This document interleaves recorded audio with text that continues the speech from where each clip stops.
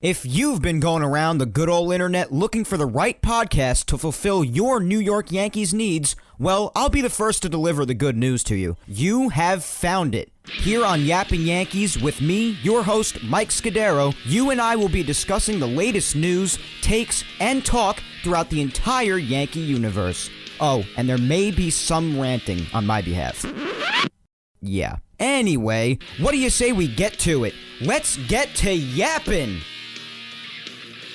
Well, hello there, my fellow Yankee fans, and welcome to episode 140 of the Yapping Yankees podcast, where we yap about the Yanks and nothing but those Yanks. As always, I am your host, Mike Scudero, here on the 22nd day of May in the year 2022.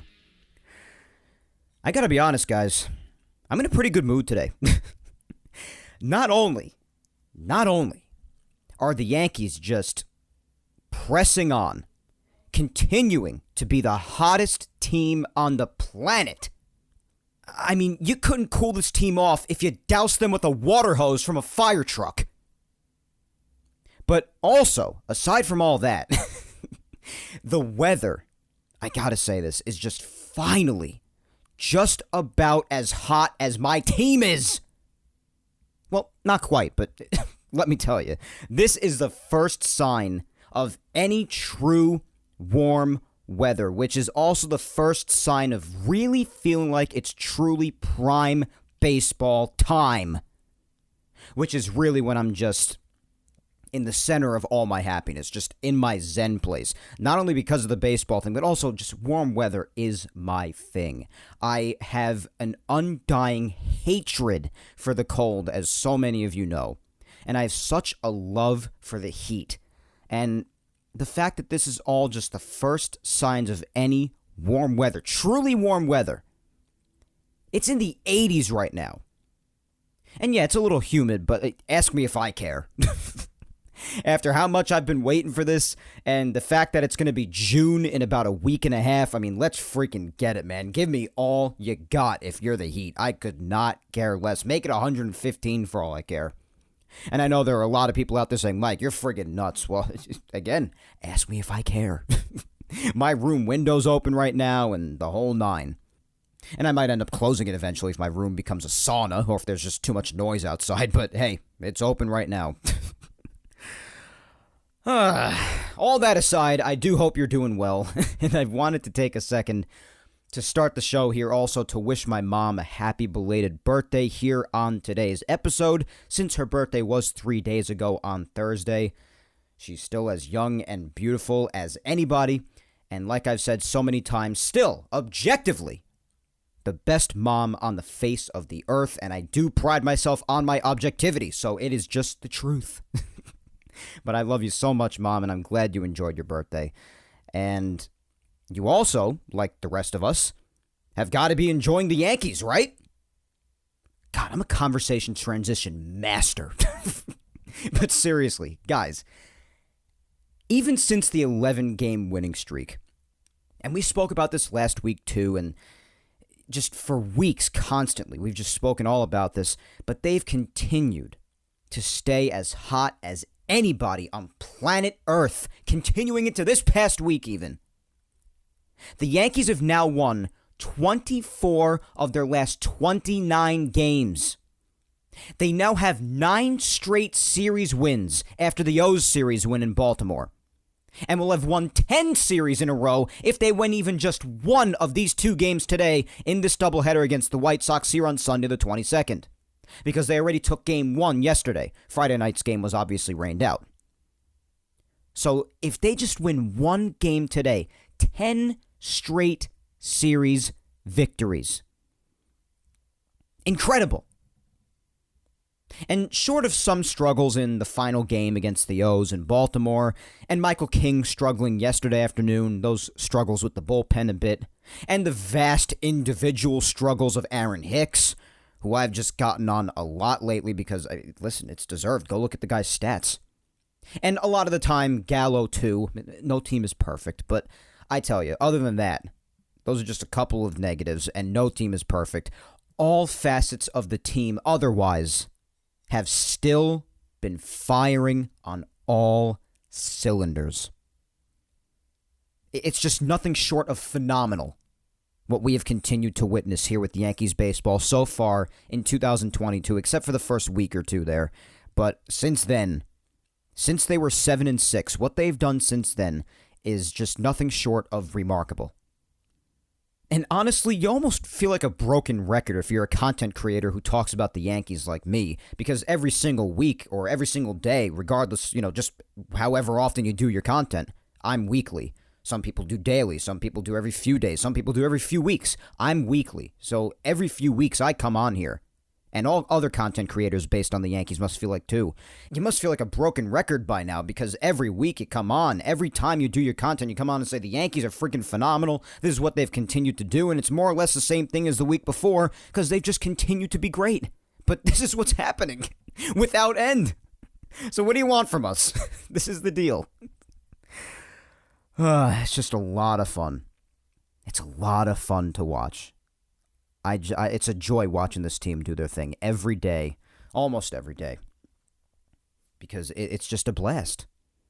It's a blast watching this team, all areas of it, just be successful, except for a couple of things here and there. But I tell you, when things are going as well as they are with the Yankees, the success even helps to mask those struggles, except for when those things come out and start to affect games, literally entire games. And hence, that's why people started to talk more about Aaron Hicks lately, because he, for instance, was a major effect on Thursday's loss, for instance, the only loss this past week. But when things are going well, those things are masked, and they're easier to deal with. So, no team is perfect, like I said. So, it's just been a lot of fun. Unfortunately, though, not to get into a sad tone, because there's so much positivity to go around, and I have more than mapped out all of it, proudly. But there is also some bad news coming out of Yankee land for this week, having to do with injuries, which, of course, has been such a frequent factor, it can't even be said enough with the Yankees for the better part of the last 3 or 4 years. It's not even funny. But a couple of tough pitching injuries have surfaced in this past week. First and foremost, the first one that came around was Luis Gil. He was pitching in a minor league game, and he apparently signaled to the trainer. They came out and took him right out of the game because he did a gesture that basically said that he was done. He did that. He was like, I'm done. And that's never a good sign. So he came out of the game, and they later deemed that he needs Tommy John surgery. Now, of course, Tommy John surgery is unfortunately such a prevalent surgery done amongst so many pitchers in baseball, nearly all of them. Some people come into the major leagues and debut in the major leagues having already had Tommy John surgery. That's insane. Some people have to get it multiple times, and the more you get it, the tougher it is to come back from it, obviously. It's like the biggest surgery a pitcher could get. Shoulder surgery is pretty bad, too, but you get it. It's devastating. You're basically getting a new elbow, having to repair the UCL ligament. So it's really sad. Gil is such a young guy. All the promise that we saw from him whenever he pitched in the majors last year, he's been having a ton of control and command issues this year, and we saw a little bit of that in his start against the White Sox. He was a bit wild. But now he's done, at least for the year, getting Tommy John surgery. And unfortunately, it doesn't end there with the Tommy Johns. It has even affected the Yankees' major league roster with Chad Green. After his last outing, it was reported that he had right forearm discomfort. And we know from past Tommy Johns, even Severino, this was the case with him too, a start of it could be that they're experiencing forearm discomfort because obviously it's linked to the elbow, which is where Tommy John surgery needs to be mainly operated on, the UCL ligament in the elbow, the ulnar collateral ligament. So, right when it said forearm discomfort, I immediately thought, I was like, oh my God, he's going to need Tommy John surgery. And just today, about a half an hour ago, before I started recording here, it's about an hour or so, give or take, before Game 1 starting in today's doubleheader. So about a half hour ago or so, it was announced that he needs Tommy John surgery. Now, he's been off the team. He hasn't been available to pitch for a few days now, and we've all kind of been waiting in suspense for an official update on Chad Green because they hadn't really given us any updates. They were like, oh, we're still waiting. All that was said was that from Aaron Boone, it was deemed to be a significant injury. That was all we knew before about a half hour ago. And now they've officially confirmed that he needs Tommy John surgery. And that's very unique for Chad as well, because the reason it is unique is because this could also very well be the last time that we see Chad Green in pinstripes.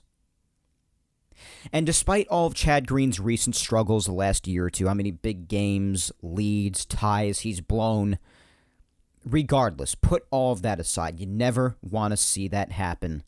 This sort of a thing happen, Tommy John surgery, to any given pitcher, athlete, anybody. Because even non-pitchers have to get Tommy John surgery sometimes. We saw it with Aaron Hicks a couple of years ago, and he's never been the same since then. Even on defense, as we've seen.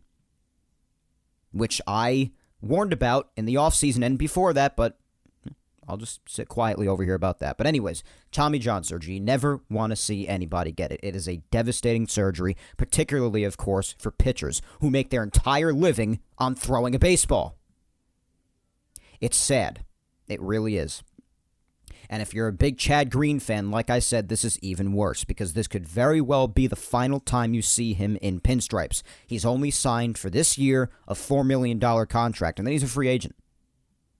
And you especially never want something like this to happen in a year where you're heading into the next offseason as a free agent. Never a thing you want to happen, especially at this point in time.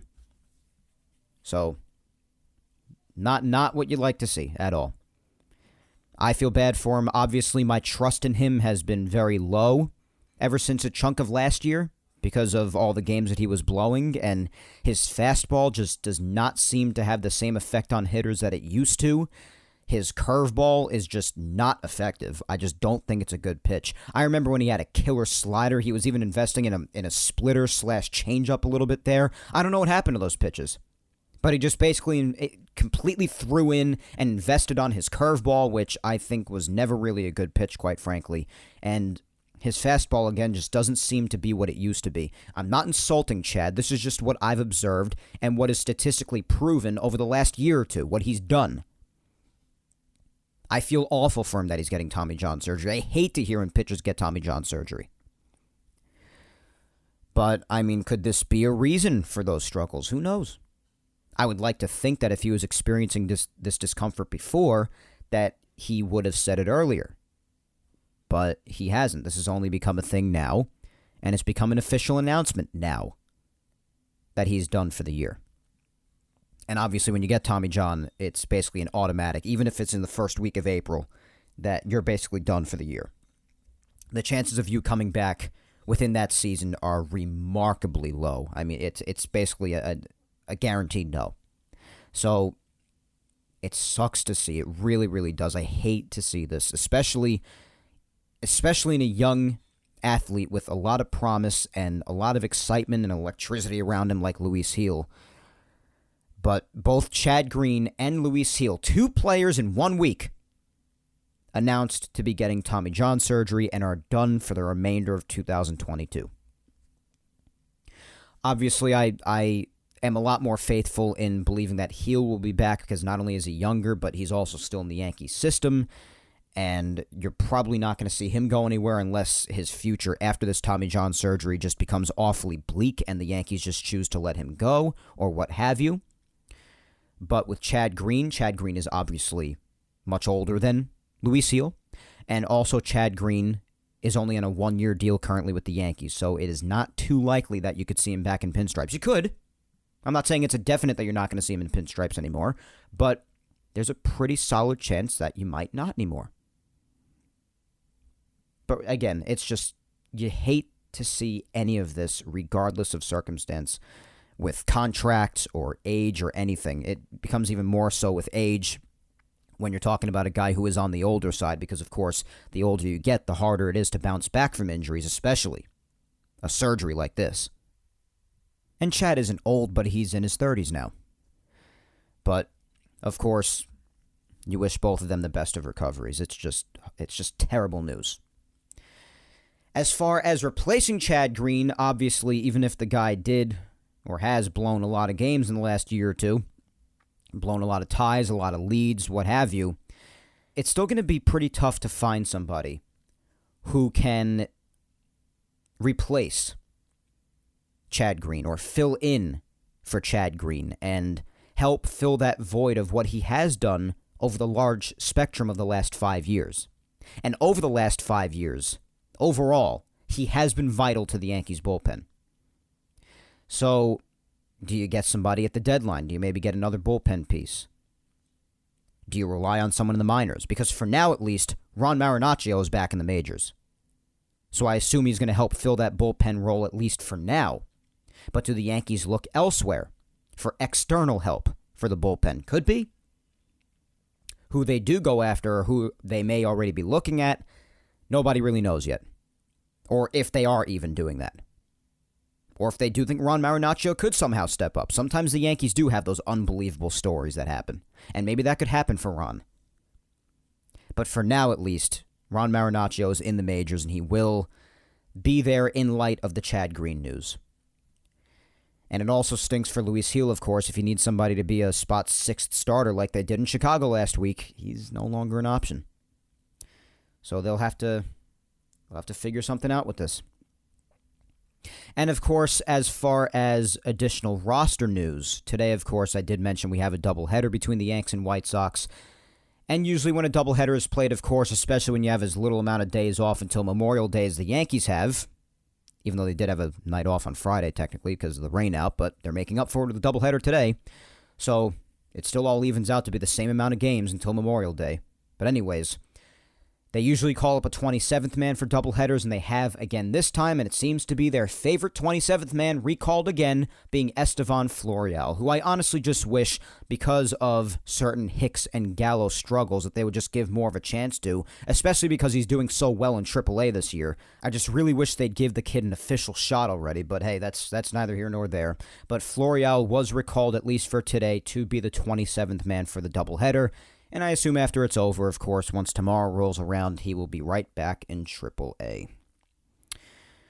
Now, onto the topic that everybody is talking about since yesterday. And of course, if you are a content creator of any kind and you follow the Yankees, the White Sox, or anything, you obviously have to talk about this because it is all that it is being spoken about these last 18 hours or so.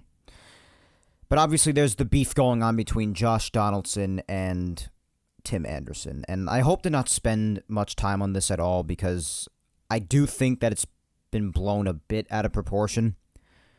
And this is truthfully something between Donaldson and Anderson alone, in my opinion. And I'm really not about stirring the pot, as they say, or getting too much involved in these situations between players. Let them frickin' handle it, you know? But anyways, I'll start by prefacing this. I'll say this much. And I've said this before, nothing I haven't said already a million times. I am against any and all racism.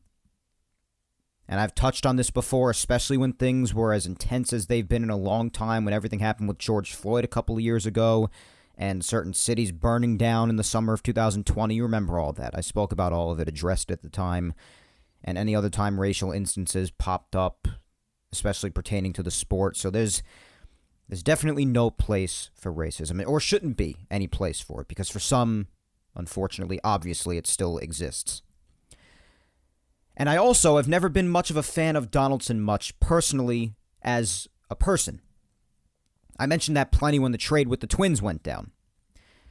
So, and if you don't believe me, when I say I've said any of these past things that I've said, all episodes during those respective time periods are available. All those Yapping Yankees episodes. All you got to do is find them and hear me say it. They are there. So, now, for those living under a rock and not having heard about any of this yet, between Tim Anderson and Josh Donaldson, they have not been getting along lately. And basically all of us thought that it was over the silly issue of the tag at third base when the Yanks were in Chicago last week, when Donaldson tagged Tim Anderson just a little hard at third base. Well, it turns out that was only a small piece to this now humongous, messy puzzle that everyone is going insane over Donaldson, and this was confirmed by both himself and Tim Anderson, apparently called Tim Anderson Jackie, as in Jackie Robinson. They both said this was the case. Now, Donaldson said that this was in reference to a quote by Anderson in 2019, 3 years ago, when, amidst tension with MLB, I suppose, Anderson referred to himself as a modern-day Jackie Robinson, pertaining to hopes of bringing back fun into the game. Which, truthfully, that's the part, regardless, that I'm surprised not more people are offended about. Any sort of comparison to him whatsoever. Because after all the crap that Jackie Robinson had to endure in his life, from anything in the window of intense booing and slurs and name-calling, all the way to death threats, simply because of the color of the man's skin. For that reason, I think it's pretty unacceptable for anyone to compare themselves to him with everything that he went through. In any way. Whether it be on the field, off the field, doesn't matter. Doesn't matter. In any way. Even if it's strictly as a player, considering how much he went through as a player. And Tim Anderson is a fine baseball player. He's really good. That's objectively the truth. But I'm really surprised no one's taking more offense or making a bigger deal about that part. Roping Jackie Robinson's name in any way, into anything modern day. Jackie Robinson's life, difficulties, legacy, it shouldn't be touched or compared to by anybody, in my opinion, if it's in any way other than honoring the man. So that's first and foremost, to get that out there. Don't compare yourself to him in any way, and just don't even bring up the man's name when talking about your current struggles and then saying you're like Jackie Robinson. To me, that's insulting. and I'm a white guy. And I greatly sympathize with Jackie Robinson's story and the stories of anybody else who went through anything similar to that back then, or now. Secondly, and this is obviously up to everyone else out there to believe or not believe, I tend to believe it more so than not because he seemed pretty upfront about it and later apologized about it. So you can interpret it however you want, but Donaldson, in coming forward with confirming what Anderson said, did say, and you can listen back to his post-game interviews for proof if you don't want to take my word for it, that him doing this, again, was in reference to that quote by Anderson in 2019. And he even said that the two of them even used to joke around about it back then when he first started jokingly referring to him as that. Again, after Anderson referred to himself as that being Jackie Robinson. He'd apparently, for instance, say, what's up, Jackie, or hey, Jackie. And this apparently goes back to that point, even when Donaldson was on the Braves at that time in 2019. It goes all the way back to that. Donaldson said all of this yesterday, confirmed all of it. And Donaldson made it sound like eventually, I guess Tim wasn't okay with it anymore. And that's when words were exchanged and the conflict started, I guess. And fine, at that point, just stop doing it then, right? I probably wouldn't even do it at all, but just at that point especially, just stop. Even if you think the person's being a bit oversensitive about it, best to just stop. It's like, whatever, just stop it. Again, at least that's what I'd do. I'd be like, okay, dude, if you don't like me saying that, I thought it was okay, but now that it's clearly not, I'll stop. Especially because I don't think it's all right to even refer to or mention yourself or compare yourself to Jackie Robinson and then for another person to capitalize on it or make jokes about it. It's just not cool in either way, honestly. After everything that man went through for years. But regardless, like I said, Donaldson did confirm all this. He apologized and even reportedly offered to meet with Anderson. So as far as I'm concerned, from a public standpoint, at this point in time, it's between them. Yeah, we can give our opinions. I've given mine briefly here, but that's it. Beyond that, let them figure it out. But obviously, everyone and their mother, though, has to go ballistic on social media or otherwise and attack the hell out of everybody, since today's society, of course, has completely turned their backs on the ability to have civilized discussion or debate. And obviously, some people do make that impossible themselves, regardless of which side they're on. But in any event, people love to attack each other, even if they're not directly involved, and they love to stick their nose in everything. That's just humanity. Now, the stance I'm taking is very similar to a lot of stances I've taken prior, with prior issues with players, regardless of what it is. Let them handle it. They're athletes. They're adults. Mostly. So let them handle it. Your attacks against some random person on Twitter who disagrees with you isn't going to help the situation whatsoever. Hate to tell you, if you happen to be one of those people. I mean, so many are in an uproar about this. On one side, it's Donaldson's a racist piece of crap. I never liked him, and now I like him even less. Or I liked him before, and now I can't stand him. And what he said about it being because of the article is him being a coward and not owning up to his racism, even though the 2019 article he mentioned is real. You can look it up. Or it's Tim Anderson is oversensitive, or because he referred to himself as Jackie, then why is it wrong for Donaldson to call him that? Even though that's flawed too, because if Tim Anderson called himself something awful, especially a dire racial slur, that doesn't make it okay for someone else to do that necessarily. So, I mean, please, it's just... I mean, people are ripping each other's throats out over all this.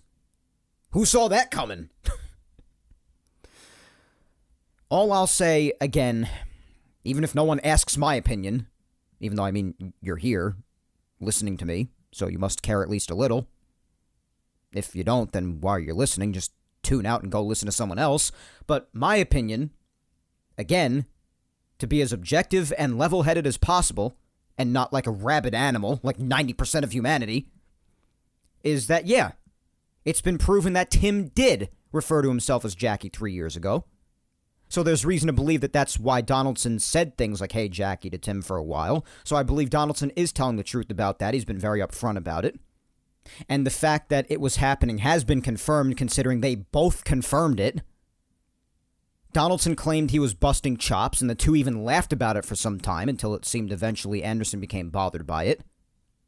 And again, that's up to each and every one of you to believe that part of Donaldson's statement or not. He otherwise was very upfront, so I wouldn't be surprised if that was the truth, but I'm also not out here saying it definitely is. I don't know. But that's up for you to interpret. And he did eventually, Donaldson, he did eventually come to apologize in his post-game interview. And later, again, even said he would meet up with Tim to smooth things over, I imagine, if Tim were to be interested. So, you know what? At that point, there's an apology, whether you think it's needed or not. And going forward, let's just both agree, if you're the both of them, how about we just both agree to not compare ourselves to or bust chops about Jackie Robinson? Both sides. Because even if the comparison from Anderson wasn't a full comparison in every single way to Jackie's life and struggles and what have you pertaining to Jackie Robinson himself, and even if Donaldson did think he was just busting chops, just individually, I just don't think it's okay to compare to or bust chops much about Jackie Robinson, period. After what that man had to endure all those years ago. And again, I'm not 100% sure what specific comparisons Tim necessarily meant by his statement years ago, beyond just bringing fun back. And I do believe that Josh really thought he was just busting balls. But how about we just not talk about Jackie anymore, huh? In this light. Either side. Even if it was just meant as a joke, and I do believe it was. Can we all agree to that, at least? No matter what side of this you're on, that maybe both sides should just drop the whole Jackie thing? And that this is between the two of them now? Let them handle it? They're grown men. They're professional athletes. Let them settle it? I mean, the bench is cleared, yes, but No fights actually broke out. I should mention this. No actual physical all-out brawl broke out. No one was physically hurt or injured as a result of this. So, for those reasons, since this is now, believe it or not, being discussed amongst Major League Baseball officials, I really just don't think that potential suspensions are necessary, honestly, like there have been whispers about. But let's just not reference Jackie Robinson anymore, okay? A man who had to go through nothing less than hell on earth, okay? And let them settle it. I mean, just so many people so quick to yell, "That's racist!" Or, "Oh, Tim called himself that, so why is he mad?" Why don't you look a little deeper and be a bit less simplistic? You know what could have avoided all of this in the first place? Not referencing Jackie Robinson at all! On either side! With Anderson's comparisons and Josh busting chops about it. Those are the parts that dug me more than anything. Because when I think about Jackie, I feel awful whenever I hear everything Jackie went through back then, whenever I'm reminded of it, whenever we're all reminded of it. Horrible, vitriolic, inhumane hatred. And for what? There should be no modern day comparisons or busting chops about the man whatsoever. In any way. Why? Why is there? Even if it's just the name. So here it is, guys. I'll present a new opinion to you. Both sides are wrong. How about that? Those are my viewpoints. You want to disagree with them? You want to think that one side is right and one side's wrong, or whatever you want to think? You want to think that I'm a fool? Fine, go ahead. I don't care in the slightest. I know my character, and I stick by my opinions that I consider to be level-headed and fair. And I'm also a supporter of honest, civil discussion or debate about this sort of thing. I may sound very intense right now, but that's because of all the freaking discussion going on, all the irrational freaking hatred going on. It's ridiculous how people are ripping their throats out about this sort of thing. The one-sided stuff, both sides are wrong if you ask me. Don't compare yourself, and don't bust chops about it. And I also believe in letting people settle their own crap without sticking my nose too far in it, or at all. Forcing my opinion into everything like some people do. I mean, a lot of people might say, "Oh, Mike, you're talking about your opinion." I mean, the only reason I even remotely give mine right now is because I do this show. And this is a heavily discussed topic right now that if you do any sort of content, it's inevitable right now, especially if you do any content surrounding the Yankees or the White Sox. So, and even all that aside, like I said, and like Donaldson said, he apologized and even offered to meet with Tim. So that's that. As far as I'm concerned, it's done. Done. Move on. Those are my thoughts, and we'll see what happens. If this fades away, if there are suspensions handed out, which I would really disagree with, honestly, or what have you.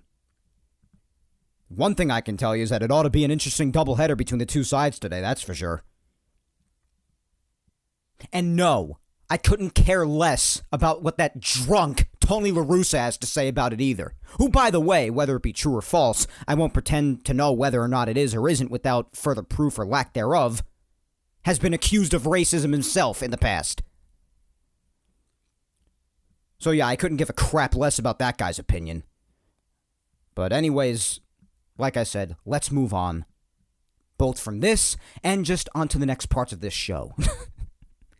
Because we've got a week's worth of games to recap up to today's doubleheader.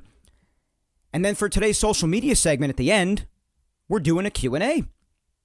It's been a while since we've done that again, so why not? But first, Yapping Yankees Time Machine back to last Sunday for recapping. Let's go.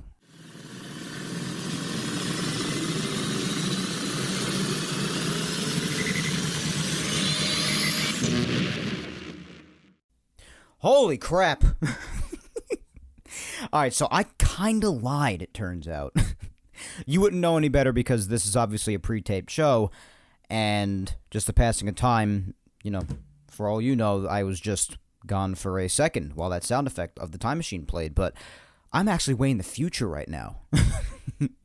So, like you probably heard me say before while I was doing the introduction, I had started this recording about an hour or so before the first game of the doubleheader started. Well, it turns out, right after I finished the intro, I went out to my kitchen to go eat some lunch, and then I just ended up plopping on the recliner chair and watching the Yankee game and not able to get up.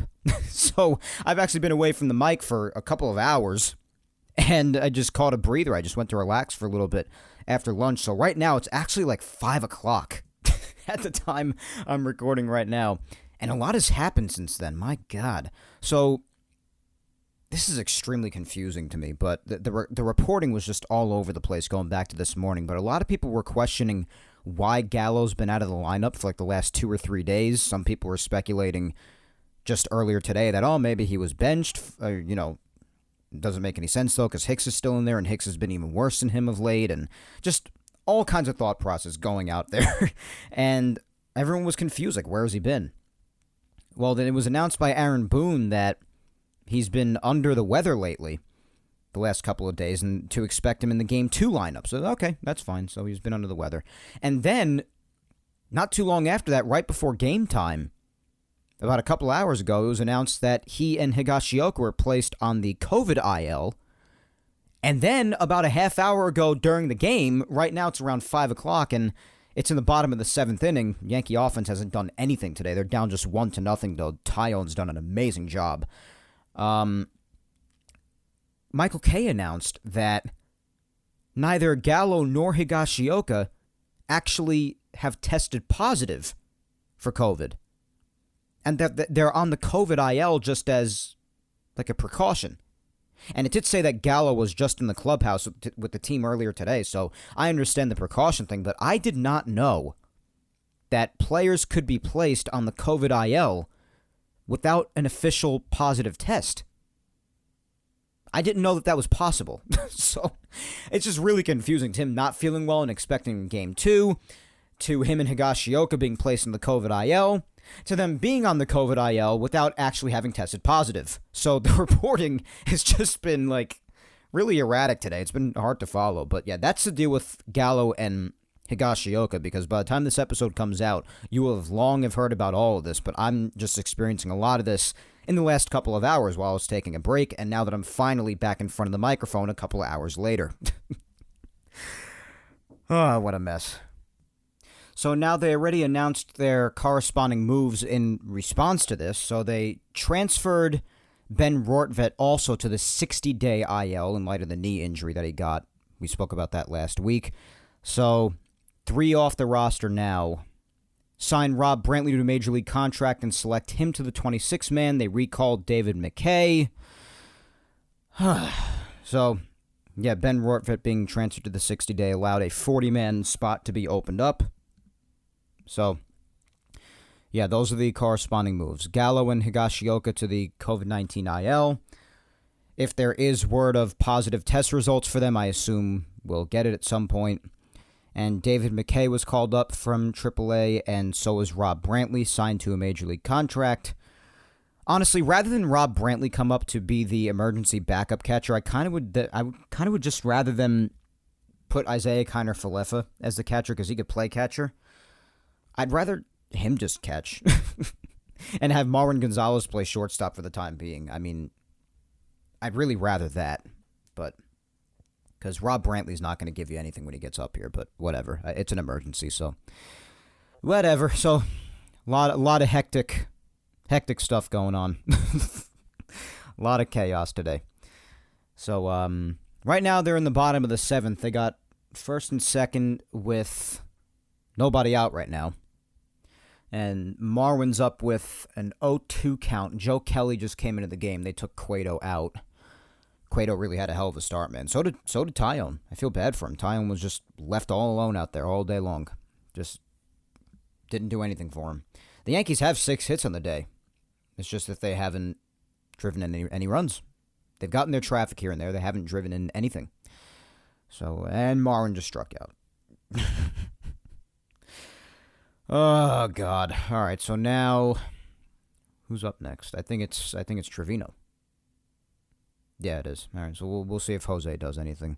Hicks is on second, and Isaiah Kiner-Falefa is at first. You guys already know what happens by the time you're listening to this, obviously, but this is happening in live time for me while I'm recording, so just bear with me. So going back to last Sunday now, let's just talk about this game really quick.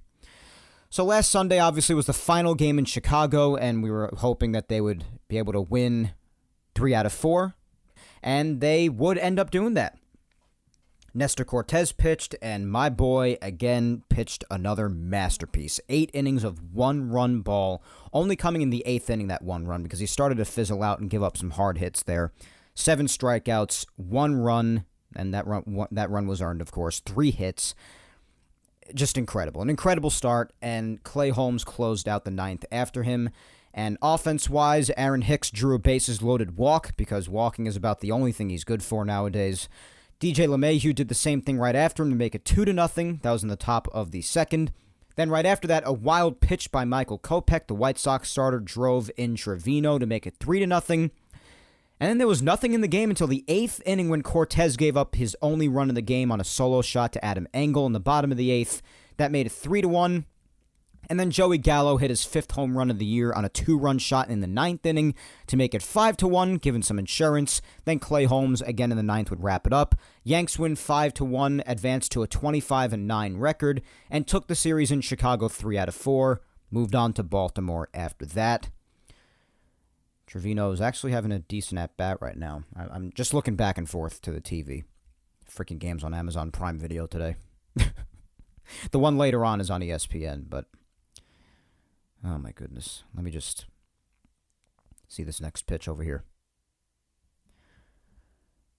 Oh no. Oh, no, no, no, no, no, no, no, no, no, no. Aaron Hicks. Oh my God in heaven. Oh my God. That can't happen. That cannot happen!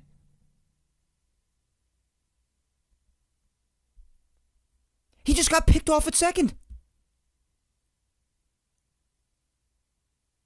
Oh my God. Oh my God. It took off so... That cannot happen this late in the game. That cannot happen at all. That cannot happen. Wow. Aaron Hicks is making the Yankees beat themselves. How much more until this guy is benched, man? How much more? I'd rather Stanton and Judge just be out there at the same time. And then have Marwin out there. And then maybe after, once LeCastro comes back, play LeCastro more, because I'm pretty sure he's coming back soon. This can't continue like this. How long are we supposed to go on like this?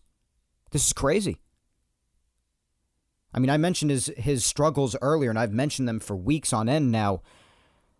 I mean, not only is he doing less than nothing at the plate, but again, his defense is even suffering, which I was concerned about in the winter, and everybody told me, oh, you have nothing to worry about. His defense was looking better in winter ball. I have every reason to be concerned because he's just being plain lazy out there, and he just has not been the same defensively since his Tommy John surgery. How long was I saying that? Nobody wants to listen to me. And now look at this crap, getting picked off at second base like a rookie. And here I thought something was going to happen this inning. I'm not complaining. I'm very happy with how they're doing. I got to preface all my rants with that because the Yankees are doing great. Trust me. I'm not complaining. It's just you cannot shoot yourself in the foot like that. That's how you beat yourself. And if you're Aaron Hicks doing as many things wrong as you're already doing, you cannot afford a mistake like that. That just cannot happen. Look at, oh my God.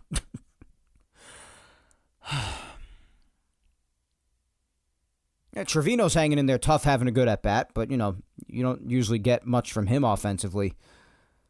So how much can you expect there? And now just a wild pitch. Oh, great, awesome. Now they could have had second and third, 1 out, but thanks to Aaron Hicks, now there's only a runner on second with 2 outs, and I don't think Trevino's going to do anything. You guys know I love Trevino, but I don't believe in him offensively very much.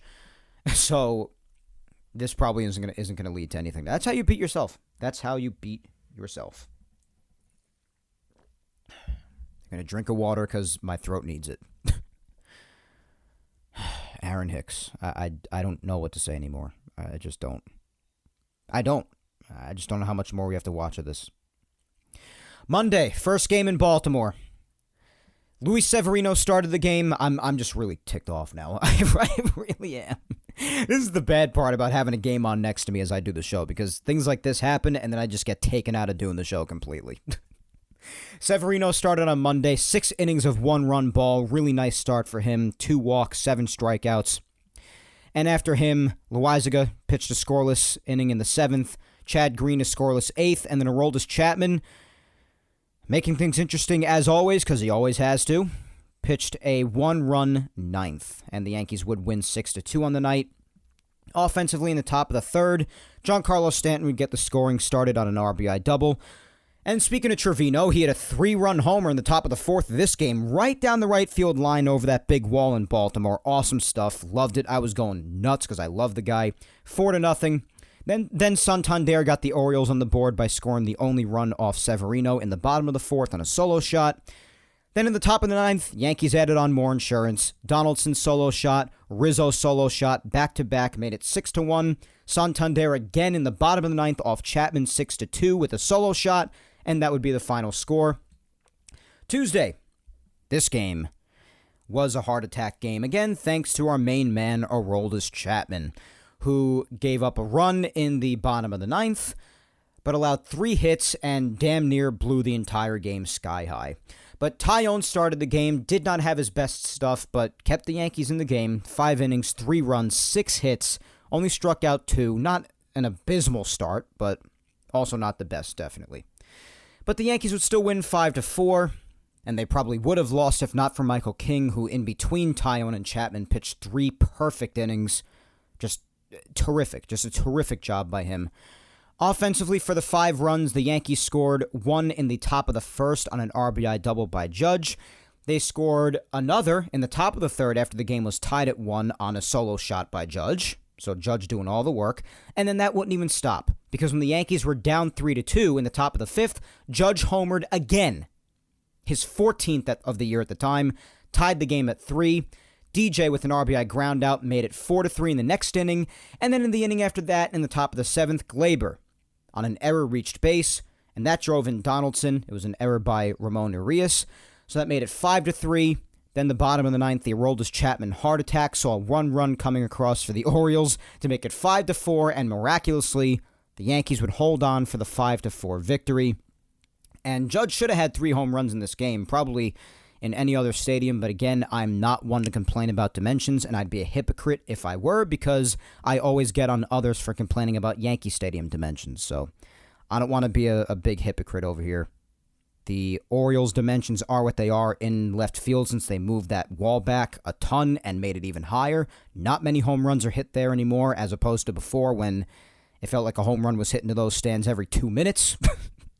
But that wall definitely took a potential 3-homer game away from Judge, but the dimensions are what they are. Yankees won 5-4, so they took the first 2 of the series and would take the next one the next night with Gerrit Cole on the mound. And Gerrit had himself a nice start, very nice start, in fact. He didn't allow any runs until the 6th inning.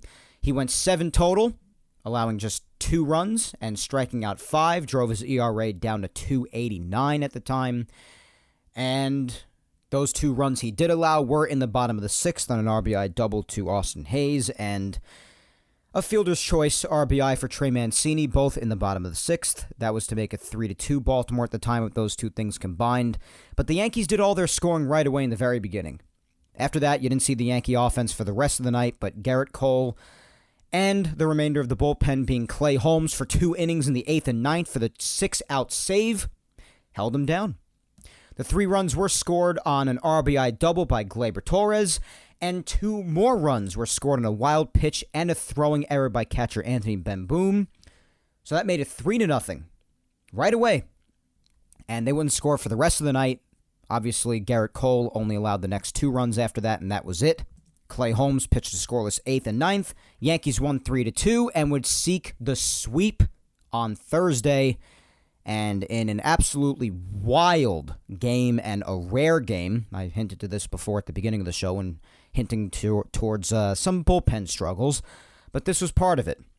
So a wild game for the Yankees because basically almost nobody that pitched, whether it be Montgomery in the game not having the best of starts, but not the worst either. 5 innings, 3 runs allowed, 7 hits, 3 strikeouts, or whether it be anybody after him in the bullpen virtually. Basically everybody, nobody had their stuff as well as they usually do. So just a rare bad pitching day. It happens. And the Yankee offense would not give up, but ultimately when the final 3 runs were given up by Litke in the bottom of the 9th, on the 3-run shot by Anthony Santander, of course there's no way the offense could answer after that because that's the end of the game. But before that, the offense did all they could to hang in there. Giancarlo Stanton got the scoring started on a 2-run single in the top of the first, which was awesome because the Yankees basically never score for Montgomery, so it was awesome to see that right away. But then Montgomery gave it right back in the bottom of the second on a 2-run shot to, of all people, Robinson Chirinos.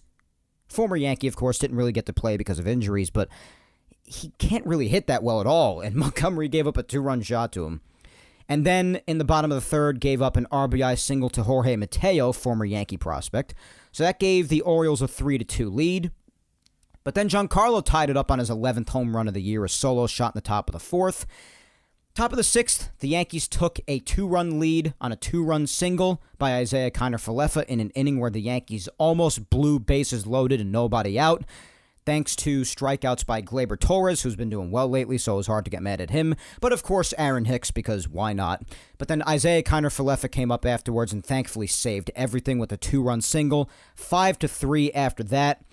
Bottom of the sixth, Miguel Castro and Chad Green both coming in to just cause disaster. There's no other way to put it. Tyler Nevin, RBI single, 5-4 Yankees. Cedric Mullins, sacrifice fly, tied up at 5. Rougned Odor, RBI single, 6-5 Baltimore. But in the top of the 9th, the Yankees had gone quiet for a couple of innings. Now top of the 9th, they got something going, but they would not go quietly again. The Yankee offense never gave up until they just had no choice to. But DJ LeMahieu with a bloop single into right, tying the game at 6, and he advanced to second on a throwing error by Anthony Santander, but it would end there. They wouldn't score anymore. Bottom of the 9th, Lucas Litke, who, when he came in the bottom of the 9th, I instantly had no trust in. He's just been off this year too, and I just do not believe in him much. He gave up a 3-run shot to Anthony Santander, and that was the end of the game. Yankees lost 9-6. Frustrating loss, annoying game, but in the grand scheme of things, I couldn't be too upset because the Yankees had still been winning a ridiculous amount. They took 3 out of 4 in Baltimore, had a great road trip, so annoying game and all, absolutely, but I couldn't be that upset. Friday, as I said, was a rain out. Saturday, yesterday, awesome game with Nestor Cortez and Dallas Keuchel on the hill. And by the way, the Yankees didn't score in that 7th inning. So, talking about today's game, by the way, in game 1. But, so yeah, now they're in the 8th inning. Nothing's really going on. They're in the bottom of the 8th now. Still 1-0 White Sox. We'll see what happens. But before we go any further, concentrate on today's game anymore, or go on to Q&A, let's just recap yesterday really quick. So Nestor Cortez on the hill, again, didn't necessarily have his best stuff, but he hung in there. He did give up 6 hits, 3 runs, but those 3 runs were just on one mistake on a 3-run shot to Abreu, so really just one mistake. And he battled. He battled very well. He just drove up his pitch count a lot. He just took a while to get people out, a lot of deep counts. But he still went 5 innings, 3 runs, was in line for the win, and ultimately would get it. Struck out 7, so still not a bad start at all, especially because 3 runs were on one mistake. But not the best of starts because he didn't really have his best stuff. Michael King came in after. He definitely didn't have his best stuff. Pitched 1 inning, but again, tough to get mad at King because he's just been that good. He gave up 3 hits and 2 runs, but still had the Yankees up by a run by the time he was done.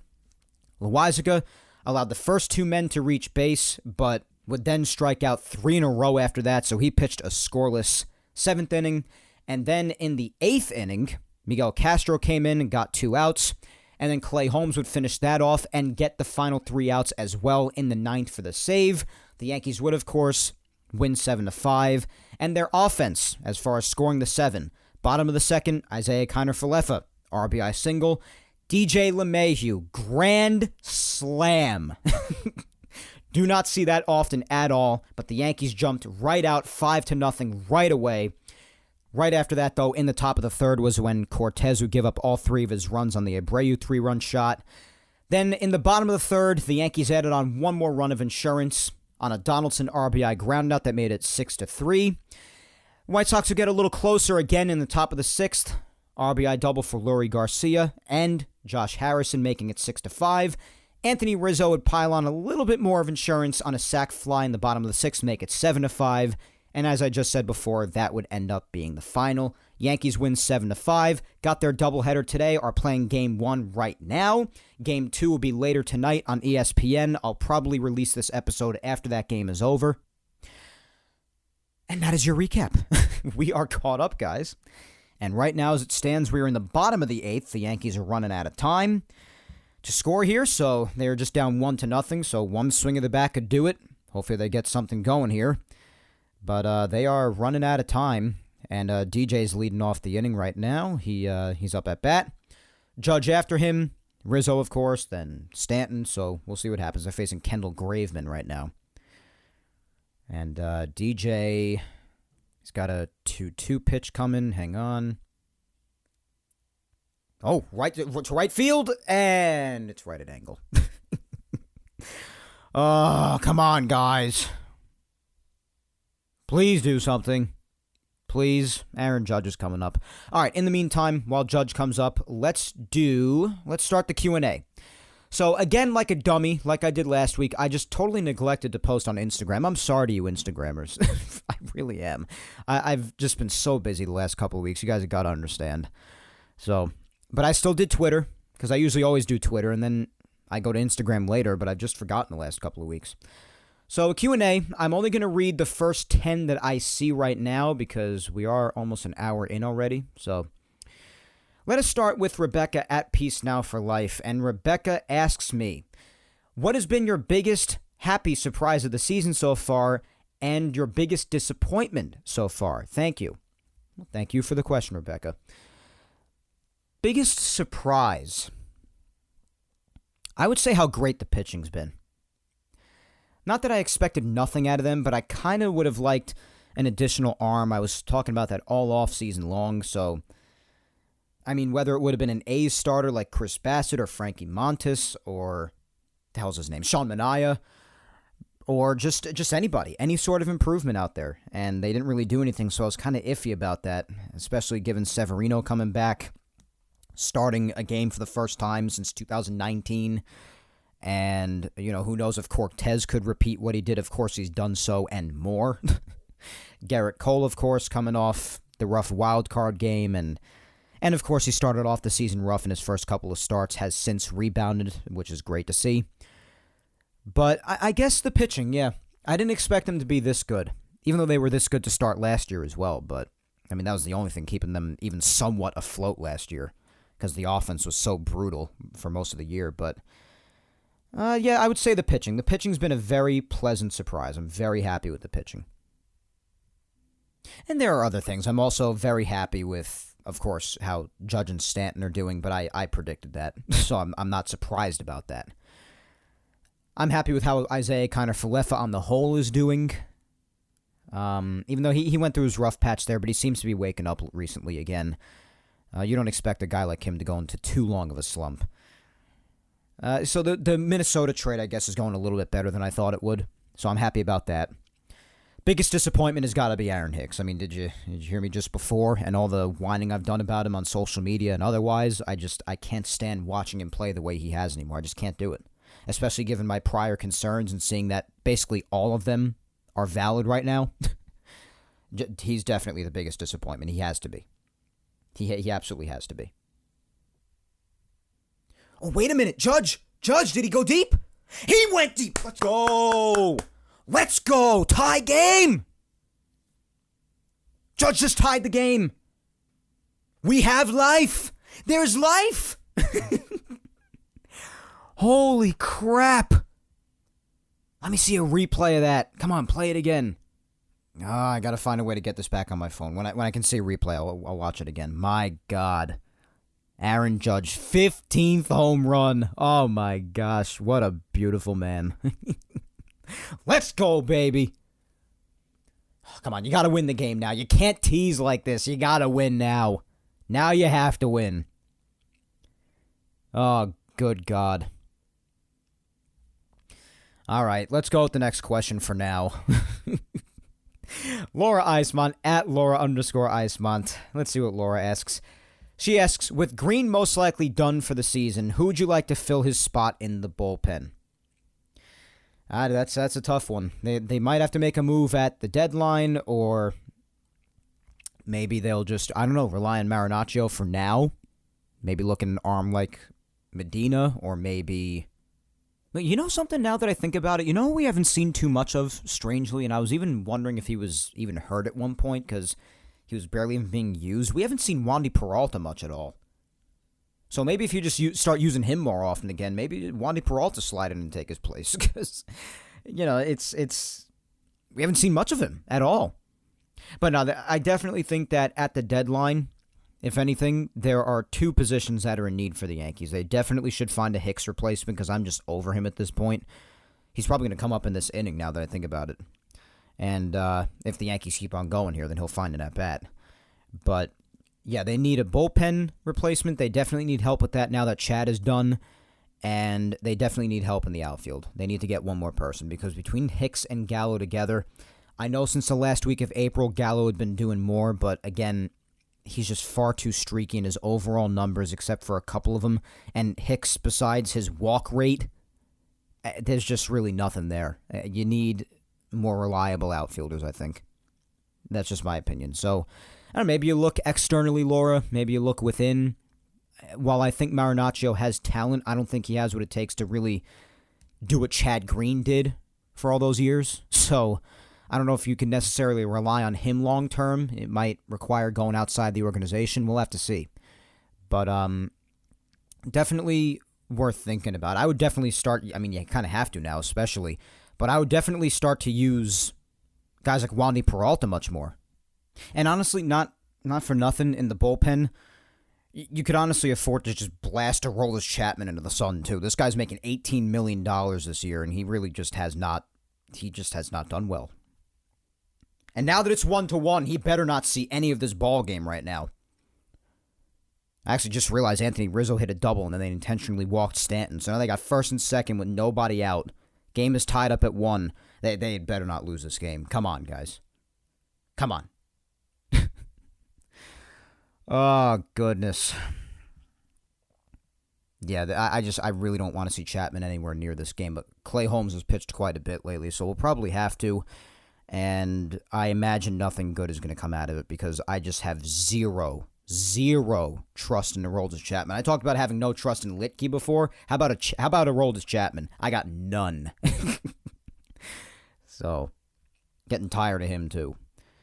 But yeah, it's definitely worth thinking about what they could do. Go outside the organization. Do you look within? You got some arms down in the minors.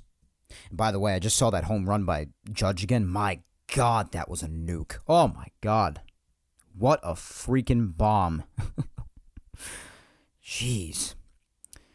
But yeah, as far as other arms, I do know that I read an article from Brian Hoke earlier today, too. I know that Herman's not far from coming back, but how much could you rely on him, even if just as a bullpen piece? Because he hasn't pitched at all yet this year. It's easy to call on Steven Ridings, but even he's still a little bit of ways off. He'll probably be back at some point fairly soon. But he's still having his injury problems, so it's tough. You might have to go outside the organization, Laura.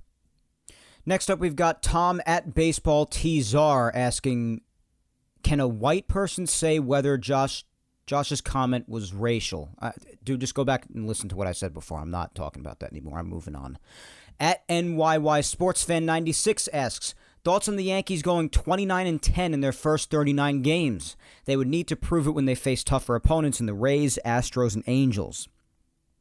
Well, thoughts is I think it's freaking awesome. Every week I've spoken about all the facets of the team that have been working, and it's just terrific to watch. As far as tougher opponents, they've faced tough opponents already. They faced the Blue Jays a ton and took care of them.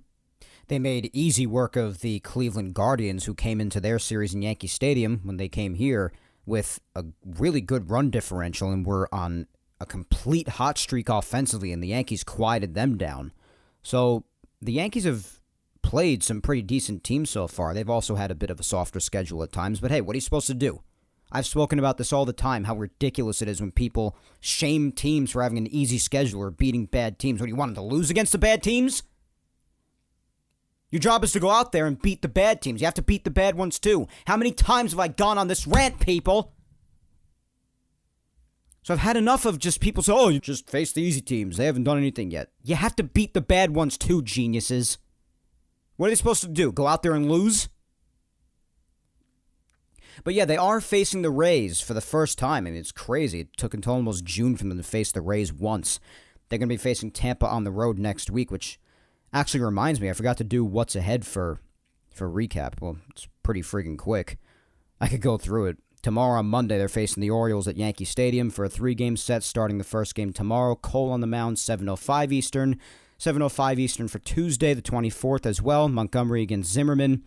Wednesday, 7:05 as well. Then Thursday, they go to Tampa for 4, starting on Thursday. Over next weekend, 6:40 p.m. on Thursday, 7:10 on Friday, 4:10 on Saturday, and 1:40 next Sunday. So that's what's ahead, just really quick, now that it reminds me, with them playing the Rays next weekend. So yeah, we will see what they'll do when they do face teams like the Rays and the Angels and the Astros. It ought to be interesting, but I think the Yankees can hold their own so long as the team holds up. At ARob644-83434 asks, Yanks play Tampa Bay for the first time this year on Thursday in a 4-game set. Thoughts on the series or anything you're looking out for? Well, just what I'm looking out for in general is how the Yankees handle them in every facet, pitching, hitting, and just how they do in that series, how they play in the Trop, which has been a house of horrors for them for years now. And Tampa's played them tough for years now and has made things very hard on them. So I'm very curious to see how just how they do in their first series against Tampa Bay for this year in Tropicana Field in general. That's more generally just what I'm looking for. And if they could split, that's okay, I guess. It's fine. If they could take 3 out of 4, that's awesome. And if they could sweep, I mean, that's amazing. So I guess that's just what I'm looking for, how they hold up in every facet. My friend James at Rebirth Chaos 09 asks, with the news that Chad Green is out and with Hicks and Gallo struggling, what moves can the Yankees make between now and the deadline? I don't see the Yankees making any moves anytime soon. I think they're going to rely on what they already have, at least for now. At the deadline, like I said, they should definitely at least look into getting an outfielder and get a bullpen piece. Honestly, with all the news coming out today with Gallo on the COVID IL now and Hicks just being awful, this is just more something I've been putting thought into more recently, so I haven't even gotten into looking at more in-depth names, let alone just how freaking busy I've been also just screwing everything up. But they definitely need bullpen help, and they definitely need outfield help now that this is all happening for sure. They could definitely look within the organization, because if you look within the organization, I mean, like I said, you do have some arms down there. But again, are they ready to go? And are they going to perform to the stature that Chad Green did for his first few years in the Yankees? It's doubtful. It's tough. But you do have your arms down there. You have Ken Waldichuk. You have Hayden Wesneski. You have Luis Medina. You have a few arms down there. But are you going to put that kind of stress on them right out of the gate to replace Chad Green? That's another story. And you could use Ron Marinaccio. I would just use Wandy Peralta a lot more often because, like I said, just we haven't seen much of him, believe it or not. It's really weird. They should be using more of him. So, as far as outfield options, I see people speculating about Juan Soto constantly. I'm sorry, guys. It's just not happening. So just get out of Fantasyland right now. I hear people still going on about Brian Reynolds. I doubt that's happening, as lovely as that would be. But, yeah, they definitely need to make some moves here.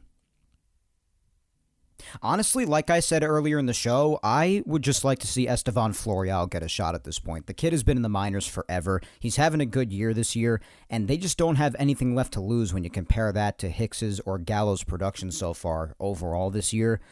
I don't know why they are so hesitant and just reluctant to give this kid a shot. I mean, especially now that he's already back up as the 27th man in this doubleheader. I imagine we'll inevitably just see him sent right back down right after tonight is done. But I don't know what their hesitancy is with this kid. Just give him a shot. So that's what I would do, at least for now, until a potential external move is made later. Who knows? But just give Estevan a shot. Oh, God, they're going to the top of the ninth, and Chapman's coming in. Oh, God in heaven. Oh, no. Oh, no. This is not going to be good, isn't it? Oh, boy. All right, well, let's do another question. Up next, we've got at Yit ZIYIY. The hell? Okay. They ask, do you think the Yankees pitching will get burnt out as the season progresses? And do you think heel Tommy John surgery is a big loss? What's your take on that and how it'll affect the team? Thanks, Mike. You're the man. Love your podcast. Well, thank you so much, man. I appreciate that. You're the man, too, for asking the question. Thank you. If the Yankee pitching get burnt out this season, I mean, not if the starters continue to do what they do. They seem to constantly just consistently be going 5-6 innings every night, even more so. Tyone in Game 1 going 7 innings. That's big. Only 2 innings for the bullpen to eat with another game tonight. So maybe it will, but if things stay as they are right now, I think they'll be okay. Pitchers will inevitably be tired by the end no matter what. Inevitably. That's what always happens. It's a long season. But they just got to keep it going now with what they've been doing, given length and not having the bullpen be taxed too much, because we saw that happen a bit last year. And heel Tommy John surgery, yeah, it's a pretty big loss because they won't have that guy to take out of the minors again for a potential 6th starter slate in for one day, like they did in Chicago. That's no longer an option. And, of course, that takes away from his development time, too. Tommy John surgery, that's as big as it gets pretty much, except for certain shoulder surgeries maybe. But, yeah, that's a tough loss. It is. Alrighty. Chapman's in now. He's going to get started shortly.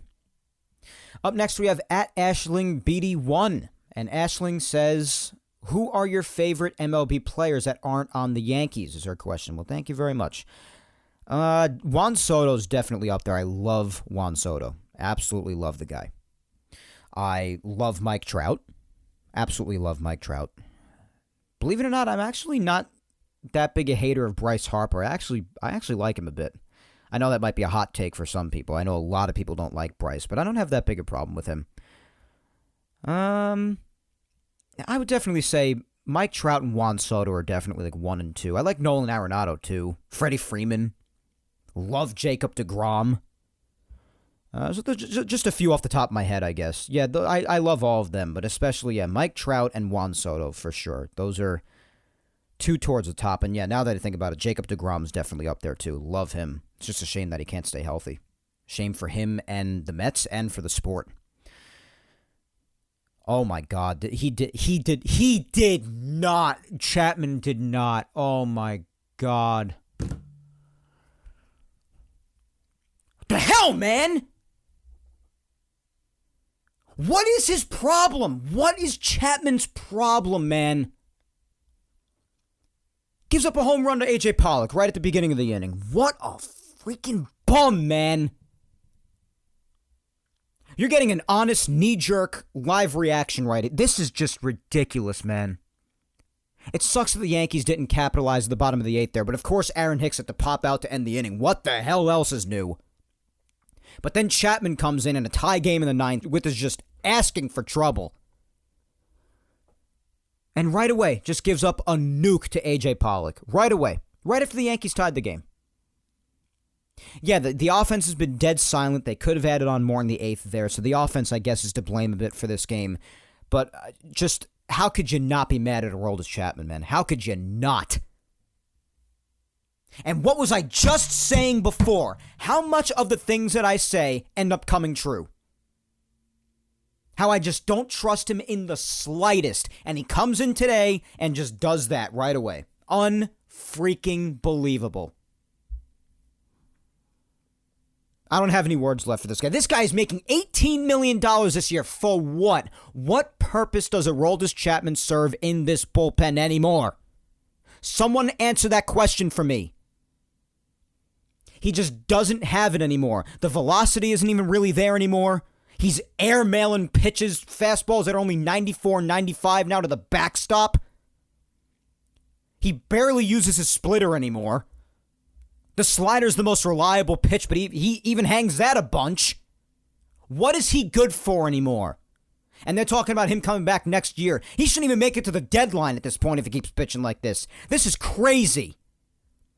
Yeah, screw the deadline. I want him gone now. Oh my God, I've seen enough of this. I've seen enough of Chapman just not having it. He's just nowhere near what he used to be. It's done, man. As far as I'm concerned, it's done. And I'm not one to just after one outing say, oh, get him off my team. But this is another story. This has gone too far at this point. I'm very fair and level-headed with this sort of a thing, but now with Chapman, it's just gotten to such a point. It's done. It's done. I'm checked out with this guy. If it's possible to have less than no faith in somebody, right there. God, you just have this pit in your stomach every time you even see him warming up out in the bullpen. I'm so over it. Unbelievable. Him and Hicks, strap them to a rocket and send them to the moon already. Freaking ridiculous. Let's keep going with the Q&A. At Mountain Gal 456, my friend Tina says, now that some time has gone by in the season, what do you think about Boone's sitting players? Do you think it's helping each player that sits and the team as a whole? Thank you, Mike. Well, thank you for asking the question, Tina. There are definitely certain days where certain players are definitely not happy about sitting, like Aaron Judge when he had that killer game in Baltimore. He joked afterwards, he's like, well, I was pissed that I had the day off yesterday. So I'm sure some players aren't happy about getting frequent days off. They want to keep playing, and it is annoying to watch if you're a fan, to watch guys sit, especially when they're hot. So it's annoying to deal with that, but, I mean, the health, for the most part, Wood right here, has been really good. Except for the pitchers, nothing can be done about that. That's what it is. But on the field, it's been good so far. So the rotation of players, the rotation of the DH role, it's all good. So it must be going well, and something must be done right. So, yeah, despite it being annoying at times, I can't really complain. It's going pretty well. Spencer at Musician DMD asks, you and I predicted Loizaga would make the All-Star team. Why didn't either of us remark that Nestor could make or start the All-Star game? I don't know, man. It's interesting, especially after the season he had last year. It was always possible, but it is also valid to question whether he could have or couldn't have repeated that this year. But he has. He's been crazy. And also he asked, in my opinion, having Stanton play the outfield at the season's start has been a factor amongst factors in the New York Yankees' early success. Any thoughts on that? I'm going to agree with that, man. I've been whining forever for Stanton to play the outfield. Forever. All right, let's see how much more. I did 1, 2, 3, 4, 5, 6, 7, 8, 9, and so that was 10. All right, so I'll do a couple more. I'll do the final last two like usual. My girlfriend, Vic Salimo, and my mom, as always.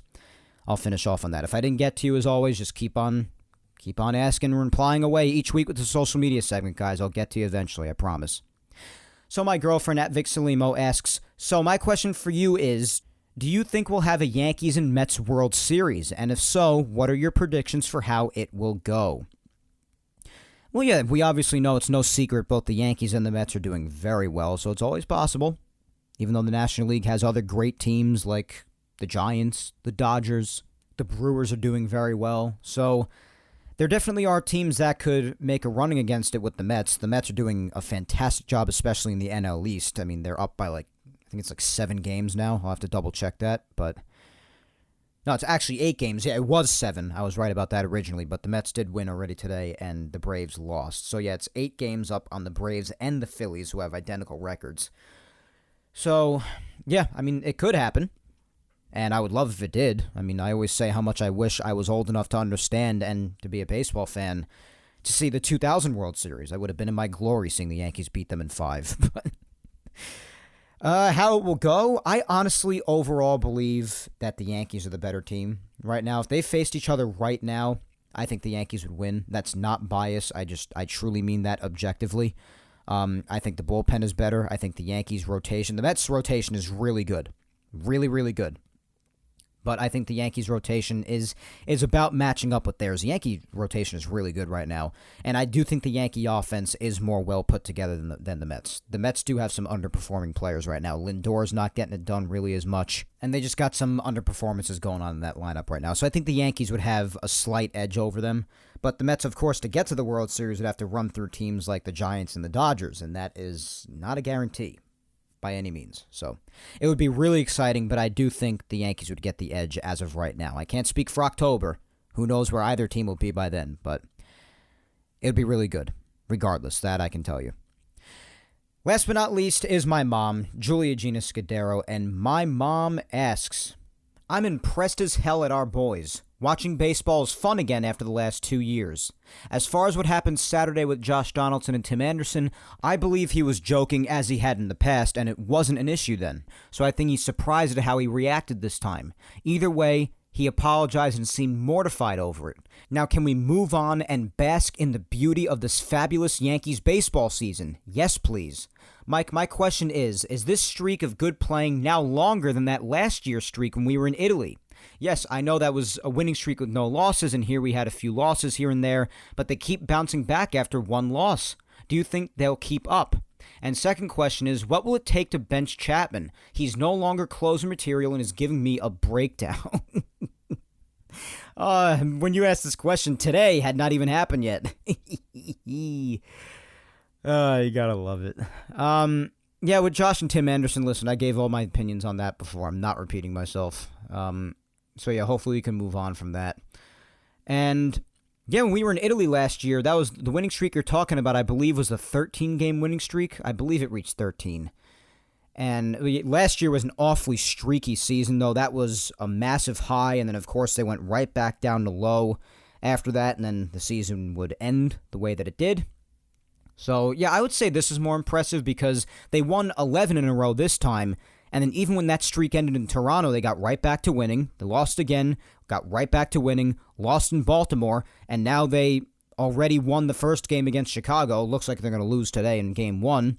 But then they could get right back on the horse tonight in Game 2 and win Game 2 and still take the series. So, yeah, they keep on going. Even after they lose a game, they'll get right back on it. Whereas last year, they couldn't be consistent if a gun was to their head. So, yeah, even if that winning streak last year was a couple of games longer, maybe, I would consider this year a bit more impressive. Yeah, I definitely would. I mean, as I said before, they've won 24 of their last 29. And Chapman, I mean, listen, they need bullpen help, and now that Chad Green is done, they need even more help. But yeah, I would say that they definitely need bullpen help, like I said. Because I don't trust Chapman as far as I can throw him, and I don't think anybody does. Not a single person is left that does. And they need help with that. They do. I definitely think they need some arms. But for now, they really need guys to either step up or just keep doing what they're doing. Miguel Castro, Michael King, Clay Holmes, Jonathan Loaisiga, Lucas Litke, Ron Marinaccio now, Clark Schmidt, Wandy Peralta, and now David McKay, who they just called up. People are going to either have to stay hot like they've been in the cases of guys like Michael King and Clay Holmes, and others who have been struggling a bit or just haven't even pitched that much. They need to step up. With Chad Green being done now, and with Aroldis Chapman being what he is, because he just stinks lately. He stinks. So, and until they can afford to get somebody else, yeah, those guys need to hold down the fort for now. That's all there really is to it. But I said it last week, and I'll say it again. Right now, Clay Holmes is my closer. That is my closer. But, guys, unfortunately, the Yankees are about to lose Game 1 here, but hopefully they bounce back in Game 2. We'll talk more about that next week, because for now, that is all for episode 140 of Yapping Yankees. Please remember to follow me on all socials if you don't already. Facebook fan page, Mike Scudero NY. Twitter, at Mike Scudero. And Instagram, at Mike Scuds97. Please be sure to subscribe to Yapping Yankees on all 4 of the platforms it's available on: YouTube, Apple, Spotify, and SoundCloud. Leave a like below if you're listening on YouTube. Leave a review on all the others. Show your love. And if you missed any past episodes of Yapping Yankees, well, don't worry. Episodes 34 up to 140 today are available on YouTube. And all Yapping Yankees episodes, including today's, all the way back to episode 1, are available on Apple, Spotify, and SoundCloud. But once again, as always, my friends, Thank you, 3,000, for listening to me yap today. I am Mike Scudero, and I will talk to you next Sunday, May 29th, when I come at you with episode 141 of Yapping Yankees. And I might have to tape on Saturday and then release the episode on Sunday, because I will be going to a barbecue at my dad's house for Memorial Day weekend next Sunday. It's going to be a really hectic weekend, so I'll do my best to fit an episode in. And if anything, I will keep you posted on my socials throughout the week. All right, guys? Until then, hang in there. Be patient. Please stay safe. Look out for your loved ones. And let's hope the Yankees have another great week ahead of them. Enjoy your week, my friends. Talk to you next weekend. Take care.